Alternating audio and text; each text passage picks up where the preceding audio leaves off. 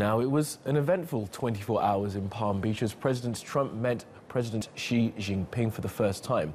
Before settling down to discuss North Korea, missiles, trade and benefits for America and China, President Trump had to explain why he'd sent 59 Tomahawks into Syria. Yola Abdafith reports.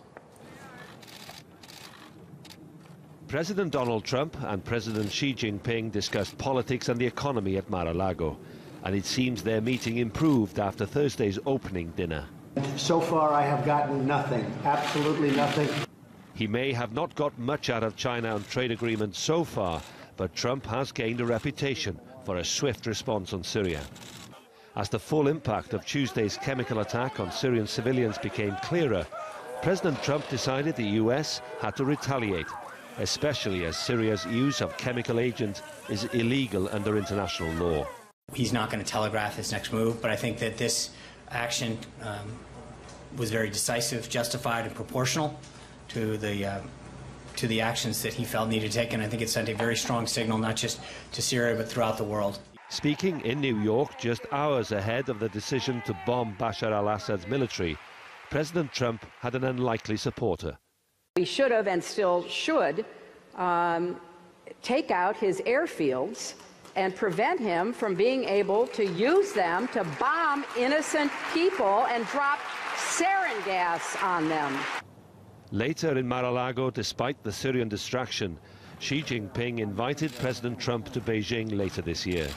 That could raise hopes for greater cooperation on curbing North Korea's nuclear ambitions and easing Trump's trade concerns. Changing the trade imbalance with China is going to require slow, steady work. And one of the best places to start is probably to try to encourage China to invest in America. And I think that's the one area where Trump and Xi may see eye to eye. Donald Trump has got to go! There were some activists in Florida protesting at Trump's record in office and China's human rights abuses, but they were kept well away. People in Palm Beach are getting used to roads being blocked and a much bigger police and security presence. It doesn't seem to dampen how some locals at least feel about the United States president spending a lot of time here in Florida. I love him. I think he's a wonderful president so far. He's only been in a short amount of time, but he's just to me very relatable and down to earth, and I just feel that he just has such passion for this country. The Trump-Xi summit seems to have passed without any mishap. A rapport cemented with another public handshake between the careful communist leader and the unpredictable property tycoon, who's proven he is also the US commander-in-chief. Well, Yola Abdafith is in West Palm Beach for us and joins us now live. Hello to you, Yola. So, after all the events of yesterday, did anything substantive come from the meeting between Xi Jinping and Donald Trump?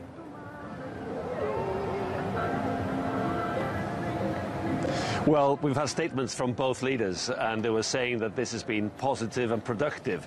I mean, that's diplomatic talk that actually there was no mistakes, there was no mishaps, and it could very well have gone wrong, if you like, because, of course, of that attack on Syria.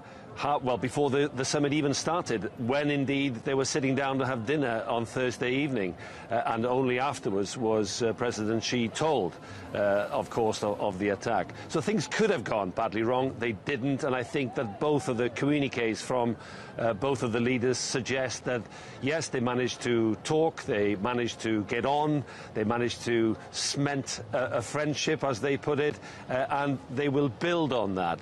But they also did mention, especially from the American point of view, the things they are unhappy with. For instance, in terms of trade, in terms of manufacturing, agriculture, the trade deficit for the Americans. All this were listed to Xi Jinping, and in the same way the Chinese would have been keen to emphasize that, yes, they understand the concerns about North Korea and the nuclear missiles, but North Korea is an ally of China, and they don't want to have a problem or a crisis on their border between China and North Korea. So I think those things have been laid out. So it's the next meeting, which will be maybe a far more important one, because that's when the hard bargaining and the negotiating will have to start. Absolutely. And judging by the body language, Yolo, it seemed as if the two men got on better. It certainly looked like they got on better than Donald Trump got on with Angela Merkel. There was no super awkward handshake. So when is this next meeting going to be held, and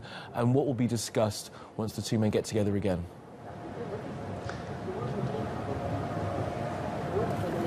Well, it will happen, we're told, later this year. We don't know when, but the fact that it's happening so soon, if you like, later in 2017, suggests that things did go well. And you're right, the pictures of them walking around Mar-a-Lago suggested that they were talking, they were shaking hands, there seemed to be smiles, they took their time. Obviously, this is a photo call for the cameras. One of the cameramen almost missed that handshake outside the building. Almost, but not quite.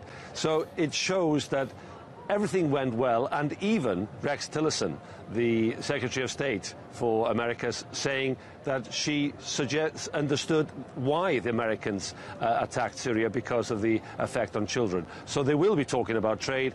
They may well be talking about North Korea as well, and the Chinese will also know that the Americans, when they talk about possibly an unilateral strike, they may very well do that. Absolutely. Okay, Yolo in West Palm Beach, thank you.